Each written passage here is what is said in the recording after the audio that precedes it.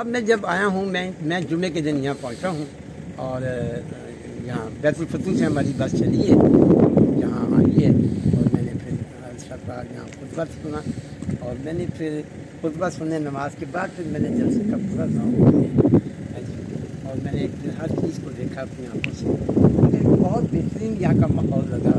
ہر چیز بڑی ڈسپلن والی ہے، ہر چیز بڑی اپنے اپنے ایکٹیو جگہ پر ہے،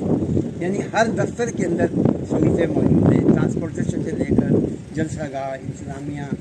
یہاں جو ڈیوٹی پر لوگ متعین ہیں یہ بہت خوبصورت لوگ ہیں، یہ اتنی عزت کے ساتھ مسکرا کے بھی ملتے ہیں اور بات کرتے ہیں اور باقاعدہ گائیڈ کرتے ہیں، اور میں سمجھتا ہوں کہ یہ بھی اللہ تعالیٰ کا بڑا فضل ہے اور اچھی تربیت ہے، ماحول بڑا اچھا ہے، موسم بڑا بہترین ہے، اور حضرت صاحب کے خطابات اور دوسری تقریریں ہر چیز، اور جلسے کے بہت حصے ہیں، اور جلسے کا آغاز جو ہے وہ اگر تہجد سے ہو تو یہ بڑی خوبصورتی ہے کہ آپ کا سارا دن نمازوں میں گزرتا ہے، ذکر الہی کرنے، درود شریف پڑھنا، کثرت سے درود شریف پڑھنے کا ذکر تو پیارے آقا نے بھی فرمایا ہے اور پڑھنا بھی چاہیے کے دن ہے، اتنی کثرت سے درود پڑھیں۔ میں تو ویسے بھی جنرلی یہ پڑھتا رہتا ہوں کہ بھیج درود اس محسن پر تو دن میں 100 بار، پاک محمد مصطفیٰ نبیوں کا سردار۔